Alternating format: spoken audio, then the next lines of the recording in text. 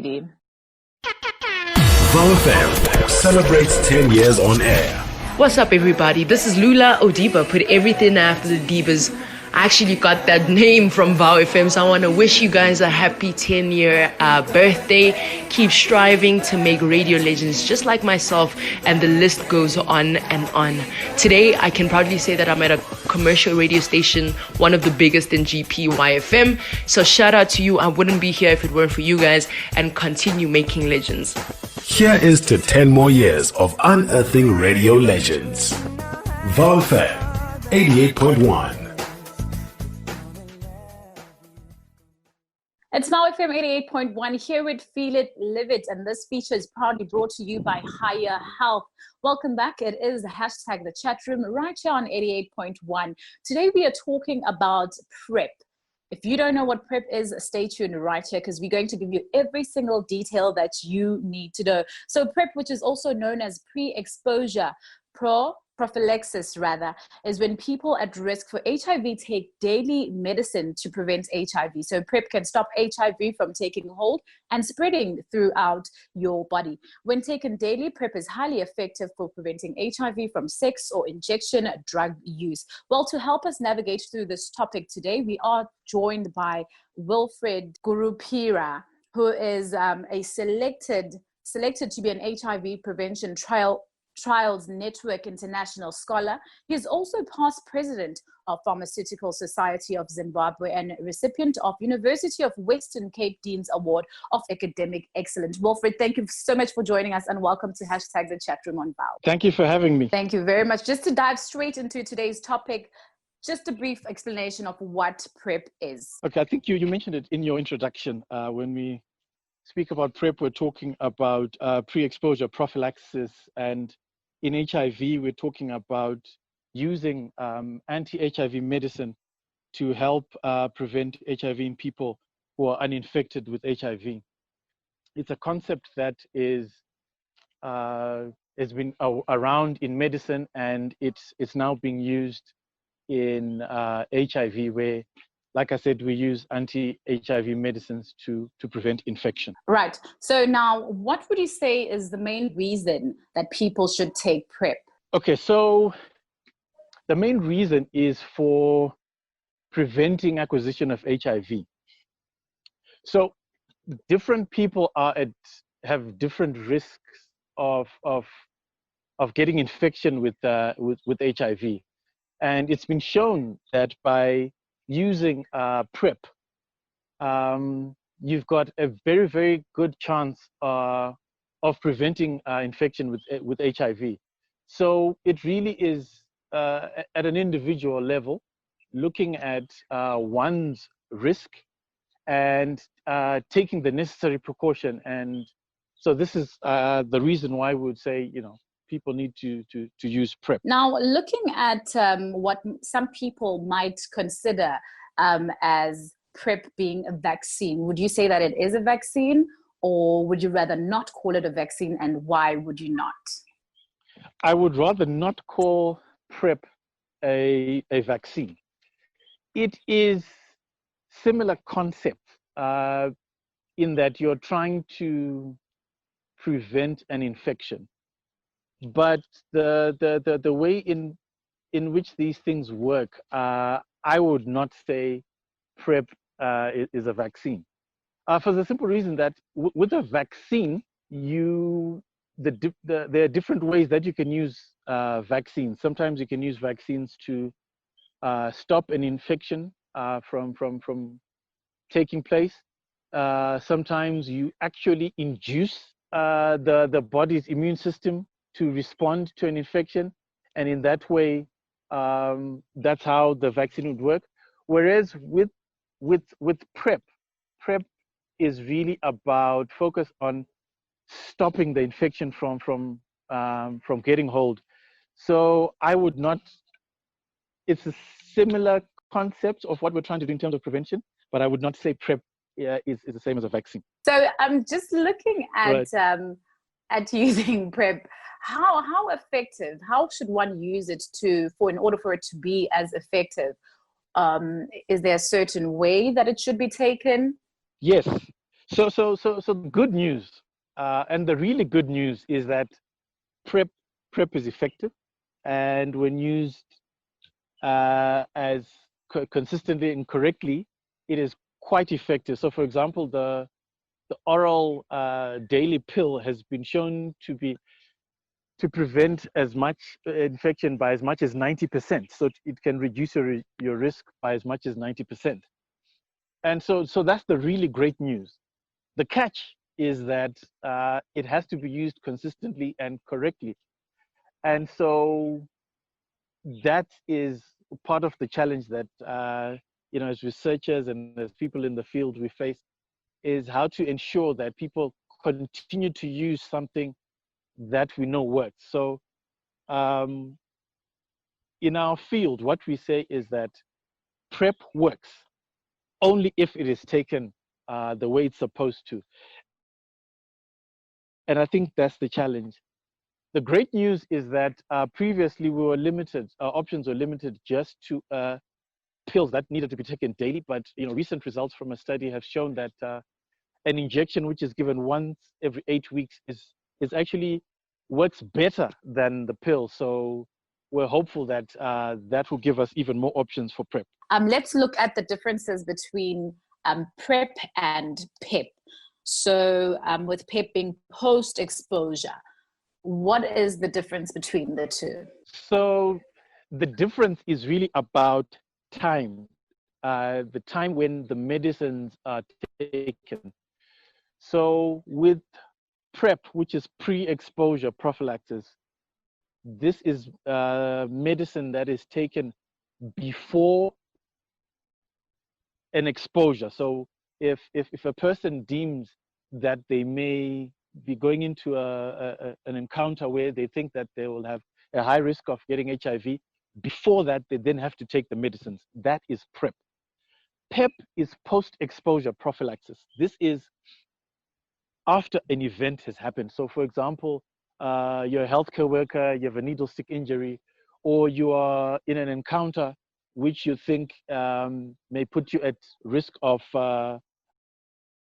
acquiring HIV, then you would take the anti-HIV medicine. So there is that difference, the difference of timing. There are other differences in terms of the actual anti-HIV medicines that are used, but that is the main difference. One is before, and then the other one for PEP is after a potential exposure. All right. So moving on to the next question, I think you've shared just about a few statistics with us talking about how PrEP reduces the risk of getting HIV from sex by about 99% when taken daily. And amongst people who inject themselves, PrEP reduces the risk of getting HIV by at least 74%. Now, with these statistics, I think it's quite phenomenal. But obviously, when using this PrEP and PEP, there are common side effects that one could anticipate. And what would you say maybe are some of the few side effects that one should look out for when using PrEP or PEP? Okay, so when we are talking about side effects, so first let me say that all medicines, anti-HIV medicines included, have some sort of side effects.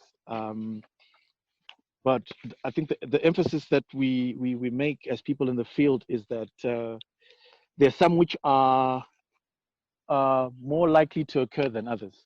So with that said, for PrEP, the daily pill, the most common side effects that we think people will have are related to the stomach. So we're talking about things like nausea and diarrhea. And then a small number will have a slight decline in their kidney function. And so this is for the daily pill. For the injection, the medicines that is used for PrEP, this is the long-acting injectable. Some of the side effects include headaches, diarrhea, and just feeling tired. And then other side effects that have also been reported, which are not as common, include muscle aches and irritation in the nose. So those are some of the side effects that we can anticipate. There are other much more rarer side effects, but I think the ones that I've given you are the ones that we commonly see. So here's one question I think everyone is dying to know. I know that there's probably a listener who wants to know this answer. So if I take PrEP, can I stop using condoms when I am having sexual intercourse? No, no. And I repeat, no. So let me explain why. So PrEP isn't 100% effective, and neither are condoms. Condoms are not 100% effective either. But we're saying the combination of PrEP and condoms will then give us an effect which is greater than if you used PrEP alone or condoms alone. And it's because the way these things work in preventing infection with HIV is different. So PrEP, obviously, as medicines, these are medicines working within the body, whereas condoms are working as a barrier. So condoms provide a physical barrier.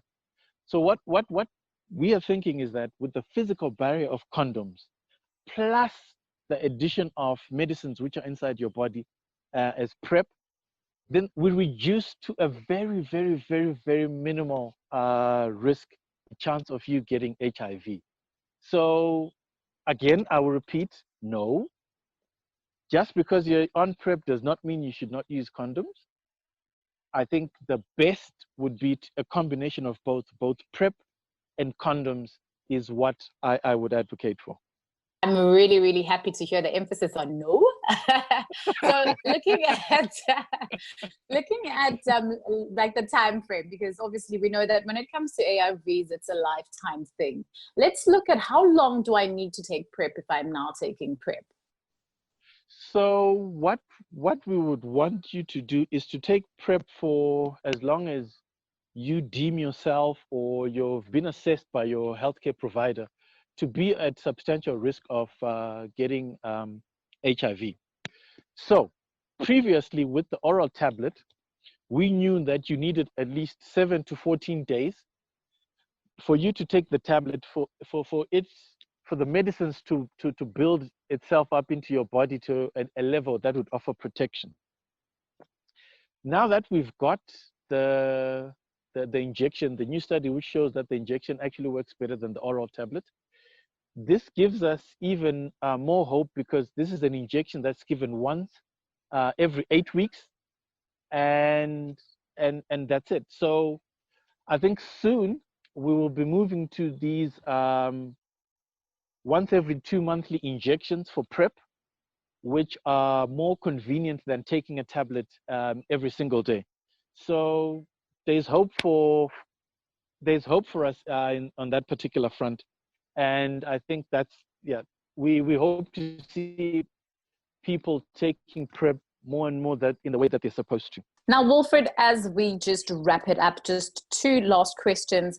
Can you start PrEP after you have been exposed to HIV? And how can I locate PrEP in an area that I am in, any facilities that I can go to get it? Or is it something that you can also get over the counter? Okay, so I've been saying no a lot, and I apologize. So no, you cannot take PrEP after you have been exposed. I mentioned earlier that one of the differences between pre-exposure prophylaxis and post-exposure prophylaxis is the type of medicines that are used. So the research that has been done shows that the type of medicine that you use after exposure is different from the medicines that you would use for PrEP. And so that's why we would not advocate for you to take PrEP after an exposure. After an exposure, you're definitely taking post-exposure prophylaxis, which is a different set of medicine, and it's a different set of assessment that has to be done by your healthcare provider. In terms of access to PrEP, PrEP is accessible at a healthcare facility or through your healthcare provider. However, it is not available over the counter, primarily because of the nature of the medicines that are being used, anti-HIV medicines.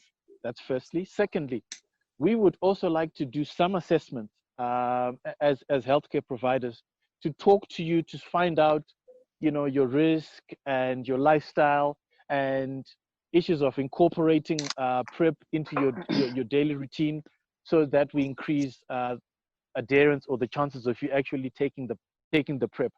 Remember, the idea is PrEP should not interfere with your normal day-to-day activities, and also this issue which you raised earlier, which is the side effects. If you feel anything or should you experience a side effect, you also need to be able to know who to get in touch with and where to go. This is why PrEP is made accessible through a health facility or a healthcare provider, but it is not available over the counter. Wilfred, it's been nothing but a conversation full of no's, and we appreciate your honesty. And thank you so much for choosing to be with us this evening. Thank you so much, Wilfred, for all the information that you have shared with us. It's been a pleasure to have you on our show. I'd love to continue talking more about, especially the injection, but hopefully next time we'll get into more details and have another chat with you about the injection side of the PrEP as well. Great chatting to you. And yes, it's been great. Thank you so much, Wilfred. Thank you.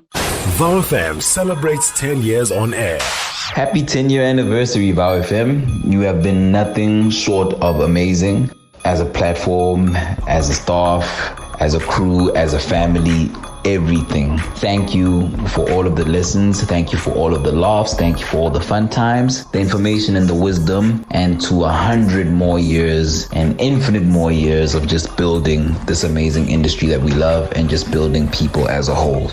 Happy 10 years. From Big Frat, the blue chip cool kid, Cabello. Peace. Now we the main attraction, they clap for us. VOW FM has been a pioneer in shaping the future of the broadcast industry. Here is to 10 more years of unearthing radio legends. It's that time of the show when nobody is ever happy, and it's time for me to say goodbye. I know for sure that I missed Nkosi on the show. Shout out to Nkosi, who's busy writing to his exams, and we hope you're doing well wherever you are. And a huge shout out to Lebohang and Blessing for giving us great content always, every Wednesday right here on VOW FM 88.1. But from myself, Pretty Ngwenya, it's goodbye for now.